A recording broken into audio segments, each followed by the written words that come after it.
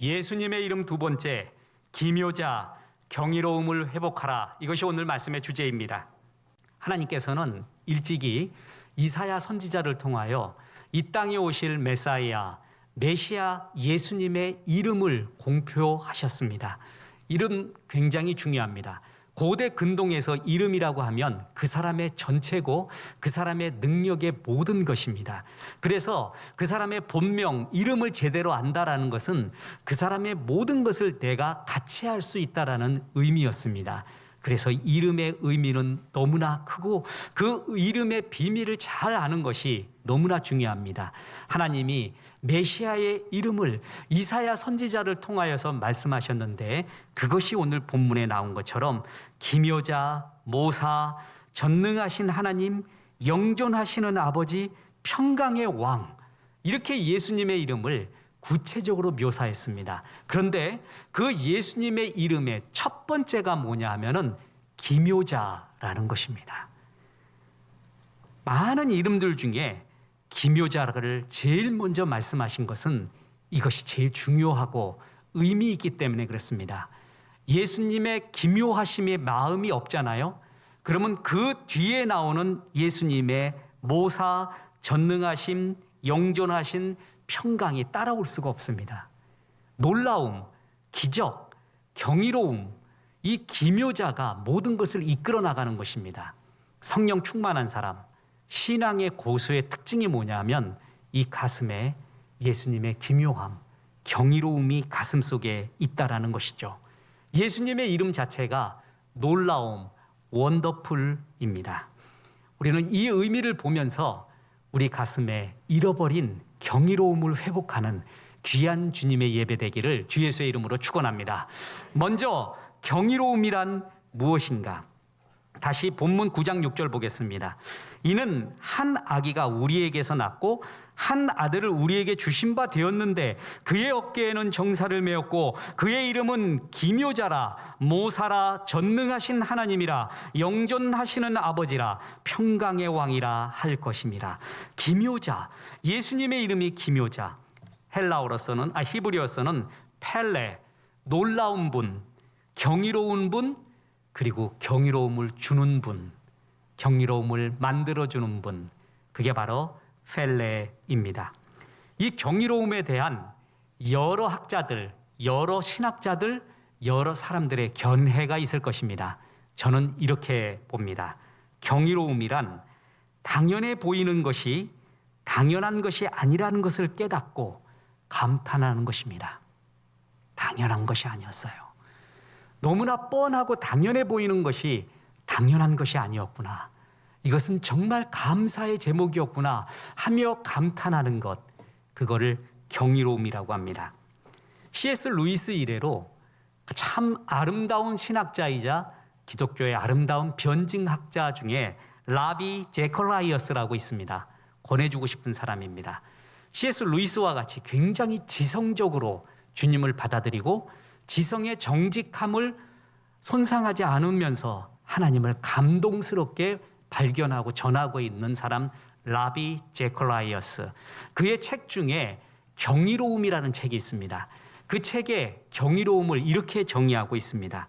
경이로움이란 절대로 이성을 포기하지 않으면서도 우리의 감성을 황홀하게 만드는 마음의 그 사로잡힙니다.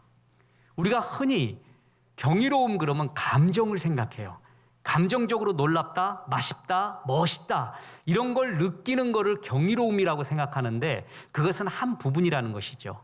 우리의 지정의 전인격적으로 느끼는 것이 그게 바로 경이로움이라는 것입니다.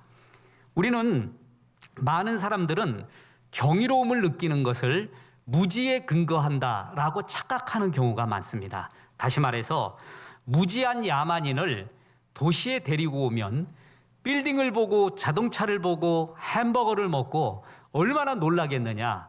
그래서 놀랍다라는 것은 경이로움을 느낀다는 것은 야만인들이 하는 것이다 라고 착각할 수가 있습니다.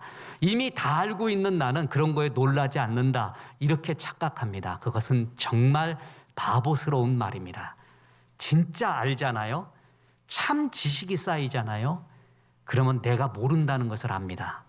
그리고 참 지식이 쌓여서 지식이 많아질수록 감탄하게 됩니다. 정말 이것은 당연한 게 아니라 감동스러운 것이었구나. 우리나라 시인의 아버지, 학자에 따라 다르죠.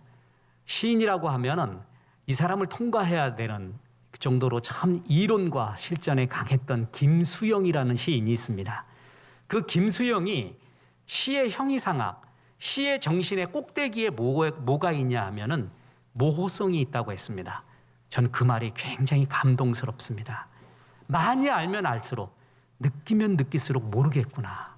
내가 모르는 것이 너무나 많구나. 진짜 지식이 쌓일 때 내가 무지하다는 걸 알고 당연해 보이는 것이 경이롭구나라는 것을 진짜 느끼기 시작한다라는 것입니다. 현대과학의 아버지. 현대과학 두 가지 축이 있죠. 고전 물리학, 현대 물리학. 현대 양자역학의 물리학, 미시의 세계 말고 거시의 세계를 지배했던 고전 물리학, 그리고 법칙이라는 것을 발견해내는 고전 물리학의 법칙을 이야기했던 아이작 뉴턴. 대단한 한 축입니다. 그 사람이 자기가 이룬 과학적 성과에 대해서 그는 이야기하면서 이렇게 표현했습니다.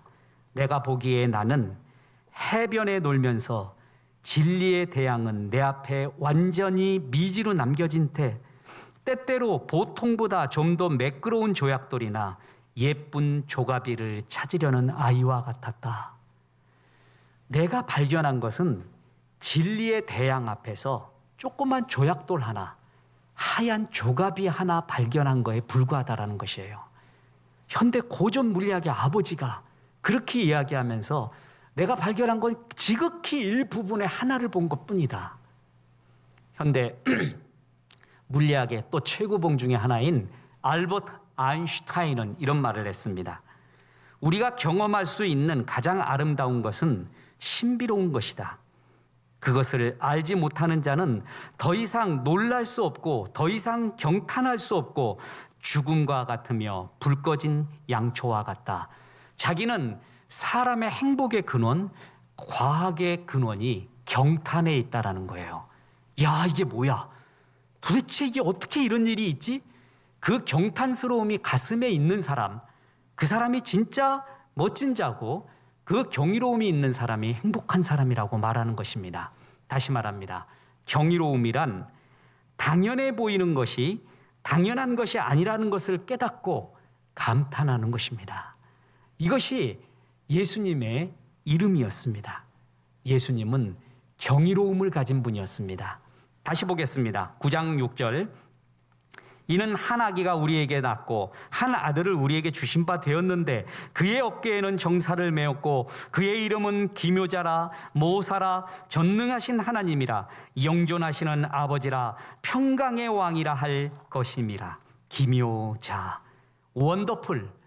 예수님을 한마디로 표현하면 기묘한 분, 놀라운 삶과 교훈과 사랑을 우리에게 주신 분, 그것이 예수님에 대한 가장 적절한 표현입니다.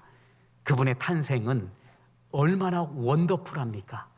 이 세상 그 어떤 존재도요, 남자의 힘을 비르지 않고 성령의 힘으로 동정녀 마리아에게서 태어났다고요. 어찌 이런 신비한 탄생이 어디 있습니까? 그의 생애는 얼마나 원더풀, 놀랍습니까? 그의 사랑의 말씀, 약자와 또한 모든 자를 사랑하시는 그의 사랑의 교훈과 기적, 그의 생애는 놀라운 생애였습니다. 그의 죽음은 또한 얼마나 놀랍습니까? 모든 사람의 죽음은 그냥 끝입니다. 이름이 남겨진다? 소용없습니다. 의미 없습니다. 죽음이 거의 다 끝입니다. 그러나 예수님은 죽음을 통하여, 십자가의 자발적인 죽음을 통하여 우린 모두를 죄에서 구원하고 하나님의 자녀가 되는 길을 열었습니다. 그의 죽음은 얼마나 경이롭습니까? 또한 그의 부활은 얼마나 놀라운 사건입니까? 성경대로 사흘 만에 죄와 사망의 권세를 깨뜨리고 무덤의 문을 열고 다시 살아나신 부활의 주님, 부활의 생명을 우리에게 접붙여 주셨고 우리 또한 부활한다는 것이 얼마나 경이로운 일, 주님의 부활은 경이로움, 놀라움 그 자체입니다. 뿐만 아니라 주님의 재림은 얼마나 놀라운 일입니까? 이제 그는 영광 중에 모든 하늘의 천군 천사를 이끌고 내려와 천지와 우주의 역사를 이제는 결산 심판하기 위하여 오실 것입니다. 이 광경 또한 이 역사가 얼마나 경이롭고 놀라운 역사입니까? 성경은 이 놀라운 분 예수님을 만난 사람들의 놀라운 고백들로 신약 성경 모두가 물들어 있습니다. 보십시오. 누가복음 4장 22절에 그들이 다 그를 증언하고 그의 입으로 나오는 바 은혜의 말을 놀랍게 여겨. 예수님의 말은 뭔가 달랐습니다. 그의 말은 놀라웠습니다. 그냥 단지 깜짝 놀랄 정도가 아니라 내 가슴을 온 영혼에 요동을 치듯 벼락을 치듯 강렬한 울림이 그의 말씀 속에 있었습니다. 그를 정말 싫어하고 싫어했던, 비난하고 시기했던 바리새인조차 예수님의 말씀을 듣고 난 다음에 이런 고백을 합니다. 마태복음 22장 22절입니다. 그들이 이 말씀을 듣고 놀랍게 여겨 예수를 떠나가니라. 바리새인들도 알고 있었습니다. 저 말은 우리들이 전통 속에서 우리의 경험과 생각 속에서 나오는 말과 다르다는 걸 압니다. 선수는 선수를 알아봅니다. 프로는 프로를 알아봅니다. 나하고 류가 다르구나 라는 것을 알아보았습니다. 놀라웠습니다. 뿐만 아니라 예수께서 저 유명한 산상수훈을 마치셨을 때 무리들이 뭐라고 반응합니까? 자, 예수님의 기적은요, 어떤 경우는 소수에게 국한되어 있었습니다. 몇몇 사람이 예수님의 기적을 체험하게 됩니다. 그죠? 그래서 몇몇 사람이 감동했어요. 그런데 산상수훈은 다른 기적과 다른 것이 있습니다. 수많은 민중들에게 공개가 되었어요. 수많은 백성들이 다 보았습니다. 다 체험했습니다. 그리고 난 다음에 그들의 반응을 보십시오. 마태복음 7장 28절, 예수께서 이 말씀을 마치심에 무리들이 그의 가르치심에 놀라니 이는 그 가르치시는 것이 권위 있는 자와 같고 그들의 서기관들과 같지 아니함일러라. 무리들이 가르침에 놀라니 바리새인과 서기관들의 말을 듣는 것하고 달랐습니다. 세상의 강연과는 달랐습니다. 정말 사람들의 영혼을 울렸습니다. 그의 말씀을 들은 사람들의 놀라운 반응. 마가복음 1장 27절에도 다 놀라 서로 물어 이르되 이는 어찌미냐 권위 있는 새 교훈이로다. 더러운 귀신들에게 명한즉 순종하는도다 하더라. 다 놀라 서로 물어 가로되, 한마디로 예수님 말씀 전하면 사람들이 뭐 다 들었던 말이야, 뻔한 말이지, 알고 있어서 의미 없어, 이러지 않았습니다. 다 놀랐습니다. 그분의 이 놀라운 사역 보십시오. 중풍병자의 병을 고치시고 그의 죄사함을 선언했을 때 사람들이 또 어떻게 반응합니까? 누가복음 5장 26절에 모든 사람이 놀라 하나님께 영광을 돌리며 심히 두려워하여 이르되 오늘 우리가 놀라운 일을 보았다 하니라. 이 놀라움이 가슴에 있는 사람, 그 사람이 신앙의 고수고 성령 충만한 사람입니다. 예수님이 그렇게 사역했습니다. 그의 사역은 그를 만나본 사람은, 그의 말씀을 들어본 사람은 하나같이 원더풀 놀랐습니다. 그의 사랑은 또한 얼마나 놀랍습니까? 유대인들이 예수님을 시기하고 좋아하지 않는 경우가 많았습니다. 그런데 친구 나사로의 죽음의 소식을 듣고 예수님의 눈물을 내는 걸 보고 유대인들이 이렇게 말했습니다. 요한복음 11장 36절입니다. 이에 유대인들이 말하되 보라 그를 얼마나 사랑하셨는가. 그 사랑에 그를 싫어했던 사람들도 감동할 정도였습니다. 그의 이름이 원더풀 기묘자였습니다. 예수님은 탄생에서부터 생애, 교훈, 죽음, 부활, 재림, 그리고 그를 만나본 모든 사람들이 전부 경이로움을 간직하게 되었습니다. 오늘 말씀의 중요한 주제의 결론 두 번째입니다. 경이로움을 회복하라라는 것입니다. 경이로움을 회복할 때 진짜 행복이 오게 된다라는 것입니다. 너희를 향하신 하나님의 뜻이라고 주님이 말씀했죠. 항상 기뻐하라. 쉬지 말고 기도하라. 범사에 감사하라. 이 말씀을 이렇게 바꿔보세요. 항상 경이로워하라. 쉬지 말고 경이로워하라. 범사에 경이로움을 느껴라. 이런 사람이 제일 행복한 사람입니다. 감사의 다른 이름이 감탄입니다. 감사의 다른 이름이 경이로움입니다. 예수를 믿으면 주께서 우리에게 주시는 축복이 많은데 그중에 우리의 마음에 예수님의 경이로움, 놀라움, 이 놀라운 경이로움을 우리 마음에 회복시켜 주신다는 것입니다. 그래서 복 중에 복이 이것입니다. 우리가 흔히 주의 복을 논할 때 굉장히 세상적인 것이 많이 있습니다. 그것도 틀린 것은 아닙니다. 그러나 정말 복 중의 복은 마음의 평강이거든요. 주님이 주시는 마음의 평강, 내가 주는 것은 세상이 주는 것 같지 않다고 했는데 그 마음의 평강의 가장 큰 것이 뭐냐면 마음이 잃어버렸던 메마름, 그 메마름 속에서 주님의 경이로움, 놀라움, 감탄을 회복시켜 줍니다. 그때부터 인생은 정말 행복합니다. 예수님은 들의 백합화를 보라고 했습니다. 솔로몬의 모든 영광보다 이 백합화가 아름다운 것이라고 말합니다. 사람들의 눈이 전부 솔로몬의 영광에 모두 마음이 새겨져 있었습니다. 그것이 최고의 행복이라고 여겼습니다. 주님은 백합화를 보래요. 이것을 보고 하나님의 경이로움과 아름다움을 느낄 수 있는 자, 그 사람이 진짜 더 행복한 자라고 주님이 말하고 있다는 것입니다.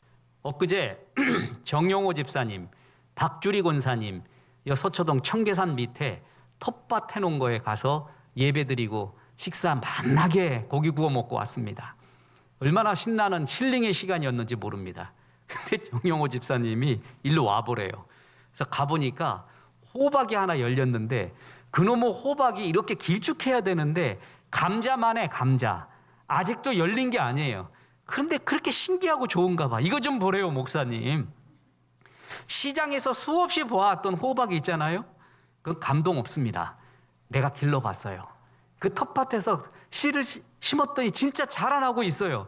근데 저것이 어느덧 감자만하게 처음에 밤톨만 하더니 감자만하게 이제 열매를 맺어가니까 신기한 거예요.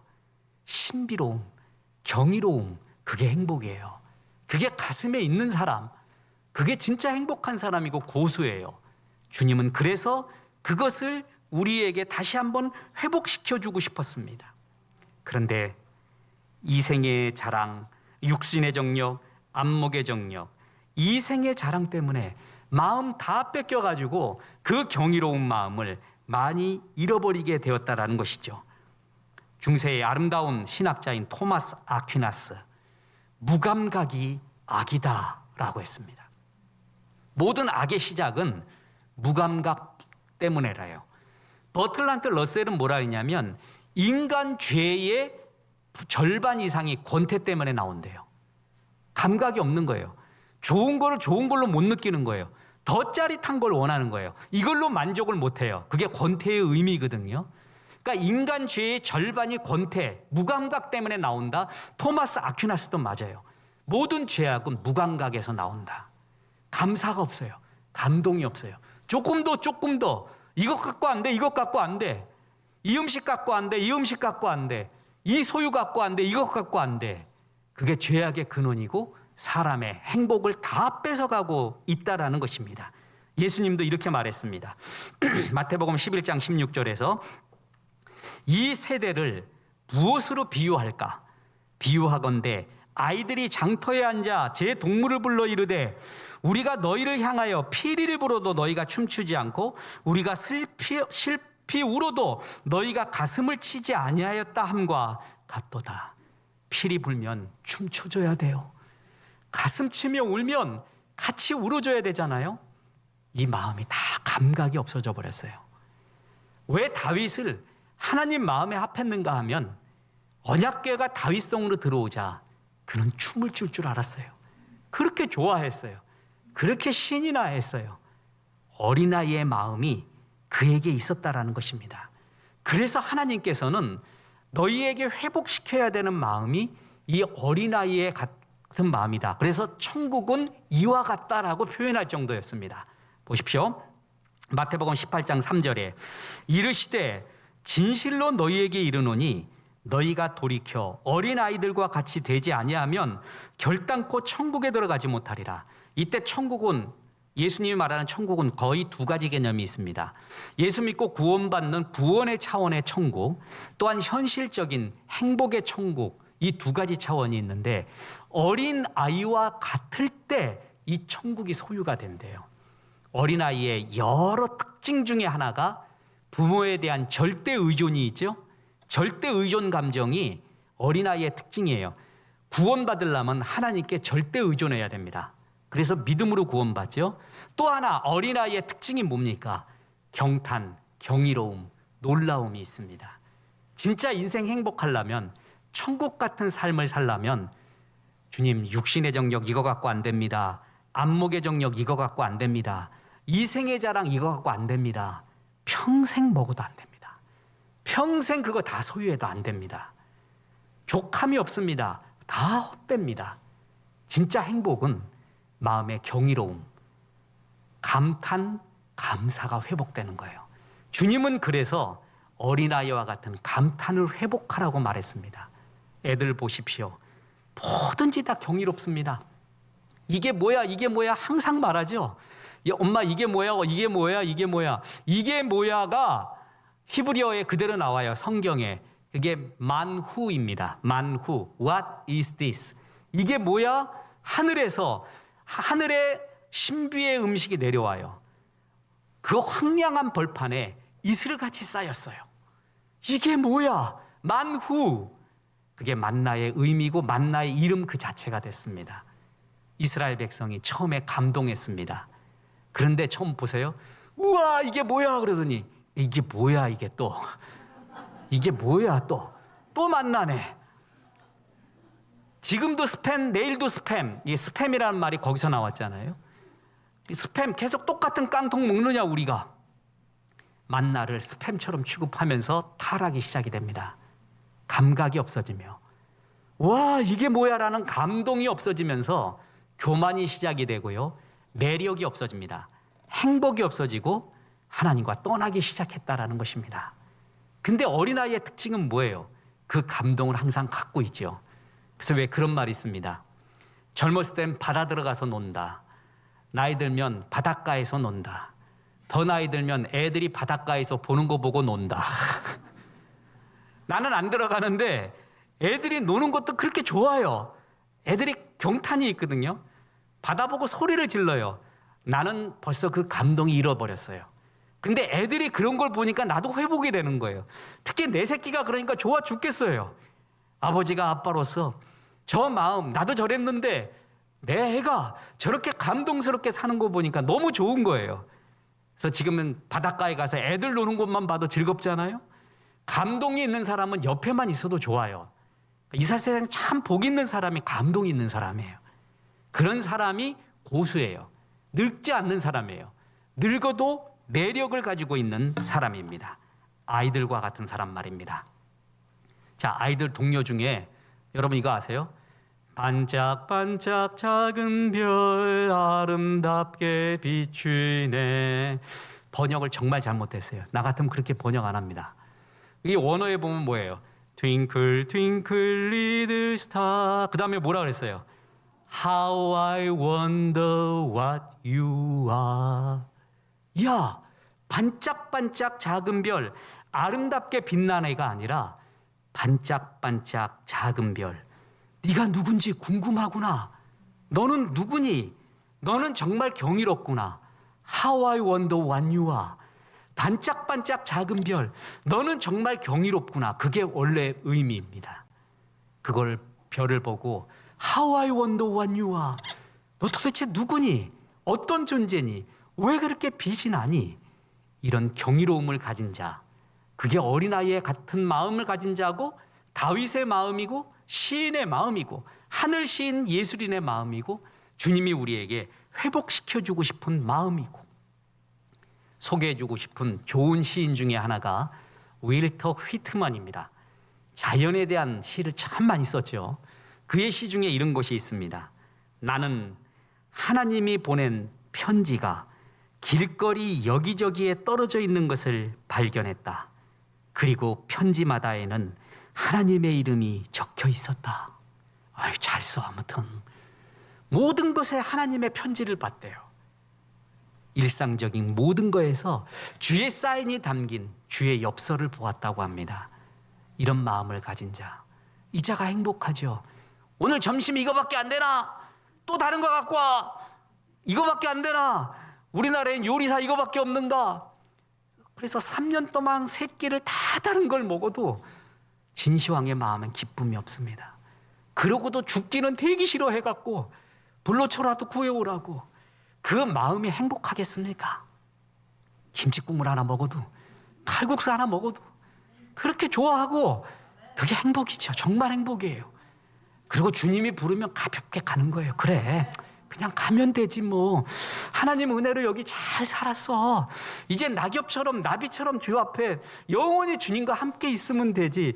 이 배짱, 저는 어느덧 보면요, 우리 성도님이나 저를 봐도 우리 성도님 봐도 한심하다 신앙이 그럴 때가 있는데, 어떨 때 보면 참 의연해. 아, 쉽게 가면 되지요. 하나님이 부르시면 이렇게 살다 가지요. 난 천국 갈 겁니다. 그걸 진짜 믿거든요. 그 마음의 풍요로움 누가 갖고 있겠습니까? 그 마음의 영원성 누가 갖고 있겠습니까? 믿음을 주신 하나님, 이것은 정말 기적 중에 기적이고 우리가 살아갈 최고의 경탄이 우리 가슴에 있게 되는 것입니다. 그렇습니다. 경이로움의 회복, 그게 신앙의 회복입니다. 하나님 때문에 놀라는 것이 신앙입니다. 오 놀라운 구세주 예수 내 주 하면서 놀라는 것입니다. 깜짝 놀랐습니다. 주님, 어떻게 이런 일이 있을까요? 당연한 일 같았는데 그게 아니었군요. 정말 놀랍습니다. 주님, 이것도 놀랍고 저것도 놀랍고 저것도 감탄스럽고 저것도 감사합니다 라는 마음이 회복되잖아요. 그러면 다시 말합니다. 육신의 정욕, 안목의 정욕, 이생의 자랑이 아무리 채워져도 그 기쁨 안 나옵니다. 그 기쁨이 최고입니다. 그래서 예수님의 이름이 원더풀, 기묘자입니다. 그러면서 예수 믿는 너희에게 어린아이와 같은 이 기묘한 마음, 경이로운 마음이 정말 가슴에 있기를 바라고 있습니다. 이런 사람은 나이 들어도 매력적입니다. 나이 들어서 매력이 떨어진 사람의 특징이 뭔지 아십니까? 메마름입니다. 근데 나이 들어도 경이로움을 갖고 있는 사람은 매력적이에요. 흙을 봐라, 여기서 요런 게 나온단다. 신기하지 않니? 진짜 그걸 보고 감탄해요. 그리고 감탄이 더 커지면 노래가 나오거든요. 그걸 찬양이라고 합니다. 하나님은 찬양받기 위해서 우리를 만들었대요. 찬양을 어떤 사람이 하죠? 감사가 있는 사람이에요. 경이로움이 있는 사람이에요. 기쁨이 있는 사람이 하는 거예요. 그럴 때 그의 삶이 가장 아름답다라는 것입니다. 마틴 로이드 존스 목사님, 성경에 대해서, 성경을 정말 사랑하고 강해로 유명하죠. 그런 유명한 예화가 있잖아요. 이 목사님이 에베소서를 강의하기 시작했는데 1장을 시작했습니다. 1장 1절. 그 선교사님이 그 1장 1절의 강의를 듣고 파송받아서 7년 안식년 마치고 왔습니다. 그리고 봤더니 에베소서 3장 이제 겨우 들어갔더래. 그러니까 1장 2절 갖고 7년을 한 거예요. 7년. 단어 하나하나를 분석하면서, 그게 마틴 로이드 존스 목사님의 특징이거든요. 그 목사님이 이렇게 말했습니다. 그리스도인이란 무엇인가? 그리스도인이란 용서받은 사실을 당연하게 여기지 않고 그것에 감격할 줄 아는 사람이다. 감격해야 돼요. 나 같은 죄인이 용서함 받아서 주 앞에 옳다함 얻으니 확실히 믿기는 어린 양 예수의 그 피로 구속함 받았네. 아, 하나님의 은혜로 이 쓸데없는 자 왜 구속하여 주시는지 I don't know, 알 수 없다. 내가 뭘 잘했다고, 왜 내게 굳센 믿음 주셔서 주의 일을 하게 하는지 저는 참 복이 많습니다. 이렇게 좋은 성도님들 같이 신앙생활하고 있고 제 두 아들이 그렇게 기적적인 믿음을 가지고 있어요. 하나님을 좋아해요. 하나님을 사랑하고 찬양을 좋아하고 복음 전하는 거 좋아하고 이런 기적이 어디 있습니까? 이건 기적입니다. 나 같은 죄인이 용서함 받아서 죄사함 받아서 이렇게 산 하나님의 자녀 되는 것도 고마운데 주께서 주의 일을 맡겨주시다니요. 이것이 얼마나 감사한 일입니까? 그리고 모든 일에 하나님의 편지를 보고 가슴에 경이로움이 있을 때 여러분 우리의 신앙의 핵심 단어인 기쁨, 놀라움, 경이로움, 감사함 그게 있어야 돼요. 그렇지 않으면 문제가 해결돼도 소용이 없습니다. 예수님의 이름을 이야기할 때 기묘자를 제일 먼저 세운 것은 뒤에 일은 이제 뒤에 나오는 것이 하나님이 우리의 문제를 해결해 주는 주의 능력을 얘기하고 있거든요. 모사, 결정적인 때 하나님이 도와준다 이거예요. 모사, 지혜를 주고 전략을 준다 이거예요. 그런데 기묘자, 기묘하심의 경이로움의 가슴이 없으면 뒤에 모든 문제가 해결돼도 소용이 없다는 거예요. 기쁨이 없다는 거예요. 행복이 없다라는 것이에요. 그래서 여러분, 말씀 기도라는 것이 있습니다. 하나님의 말씀을 받았잖아요. 지금 오늘 예수님의 이름이 기묘자라고 했잖아요. 그러면 그것을 그대로 되뇌이면서 기도하는 거예요. 예수님의 이름이 기묘자이듯이 제 마음에, 메말랐던 제 마음에 하나님의 경이로움, 감탄, 그리고 감사와 기쁨이 솟아나게 도와주옵소서. 이걸 원합니다라고 기도하는 거예요. 그게 말씀 기도예요. 이런 기도는 정말 하나님이 제일 기뻐하는 기도입니다. 제일 들어주시는 기도고 제일 듣고 싶어 했던 기도입니다. 하나님이 제일 회복시켜주고 싶었던 우리 마음의 경이로움, 그렇습니다. 하나님께 버림받았다라는 것은 바로 이 경이로움을 상실했을 때예요. 그래서 예수님이 지옥을 표현할 때 예루살렘 외곽에 있는 게헨나를 지옥으로 표현했습니다. 그 게헨나가 뭐냐면 예루살렘에 있는 온갖 쓰레기들 태우는 곳이에요. 그걸 지옥이래요. 사람의 마음이 예수님이 주신 경이로움과 감동과 기독과 감탄은 없고 쓰레기만 있어요. 그게 지옥입니다. 세상 쓰레기만 내 가슴에 가득 있으면 그가 어떤 걸 소유하고 어떤 명성을 가져도 그는 쓰레기 지옥 인생을 사는 것입니다. 게헨나예요. 다시 회복시켜주는 것. 하나님의 경이로움, 감사, 기쁨이 회복되는 것. 그래서 끝으로 이 말씀 전합니다. 시편 139편 14절에 내가 주께 감사하오문 나를 지으심이 심히 기묘하심이라 주께서 하시는 일이 기이함을 내 영혼이 잘 아나이다. 주님, 주 하나님 지으신 모든 세계를 경이롭습니다. 또 그것을 내가 보니까 저거를 느끼고 있다는 내가 너무나 놀랍습니다. 내가 어떻게 이런 마음을 느끼고 감사할까요? 어떻게 나밖에 모르던 사람이 전도, 선교, 구제, 헌금도 내고 실제적으로 뛰기도 하면서 이런 마음이 왜 들었습니까? 나밖에 모르던 사람이 그리고 모든 것을 불평하고 원망하던 사람이 범사에 감사하다니 심지어는 안 좋은 일이 있을 때도 주여 믿습니다. 감사합니다. 왜 이런 마음이 내 마음에 듭니까? 주여 주님의 은혜가 내 마음에 그리고 그 은혜를 받은 나를 보니 신묘막직합니다. 이 고백을 할 수 있는 사람 복된 사람입니다. 그렇게 행복하게 사십시오. 기쁘게 사십시오.